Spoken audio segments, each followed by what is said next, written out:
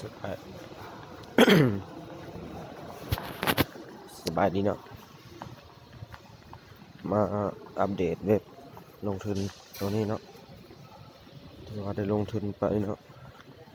อันนี้ก็ฮอดกับรถถอนแล้วเนาะถอนมื้อละ10,000 Satoshi เนี่ยถอนทุกมื้อเนาะหลังจากครบ24ชั่วโมงถอนสิมาเบิ่งว่ามันยังจ่ายปกติบ่เราถอนมาแล้ว5เทื่อเนาะเทื่อนี้จะเป็นเทื่อที่6เอาไปที่ถอนเงินแล้วเนาะ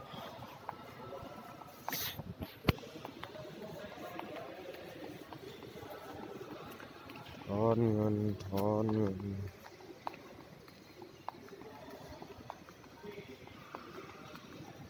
14,000ถอนหมดเลยนะ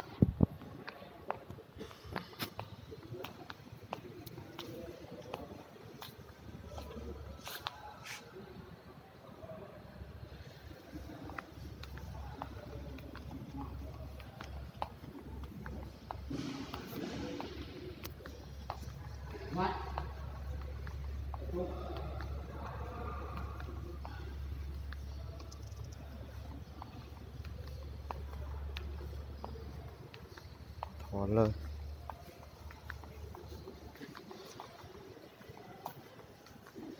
ยอดหายปั๊บมา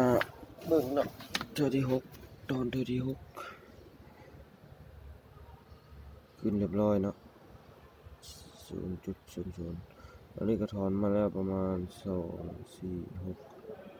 60,000 Satoshi มื้ออื่นถอนอีกก็ถือว่าคืนทุนแล้วเนาะเหลือหันกับกำไรแล้วบัดนี้ถ้าเว็บมันยังอยู่ถ้าเว็บมันยังจ่ายอยู่ต่อไปก็ถือว่ากำไรถอนปุ๊บเข้าปั๊บเว็บนี้เนาะเบิ่งอยู่คอยเบสเลย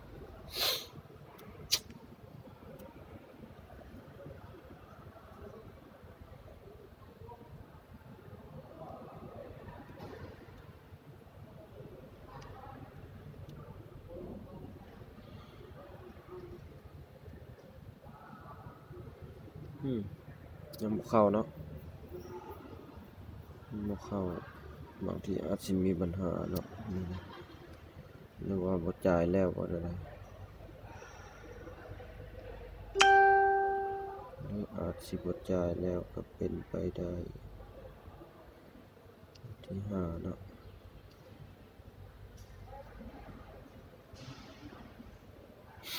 เบิ่งบล็อกเชนหรือมีคนถอนหลายบ่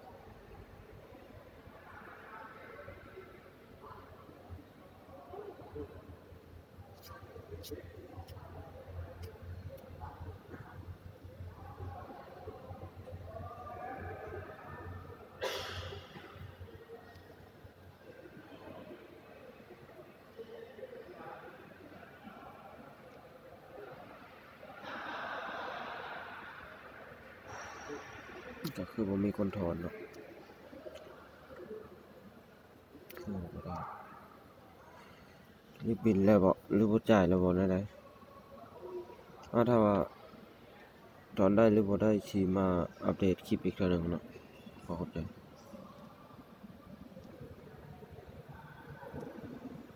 ต่อคลิปเมื่อกี้นี้เลยเนาะเข้าเรียบร้อยเนาะ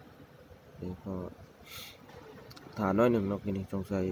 บล็อกเชนมันผิดพลาดบ่ได้แล้วก็เข้าเรียบร้อยเนาะจ่ายปกติเนาะใครสนใจก็สมัครเลยคลิปอยู่ลิงก์สมัครอยู่กล้องวิดีโอคิดว่ายังลงตอนนี้ก็ยังทันอยู่เนาะยังจ่ายอยู่เนาะขอเข้าใจ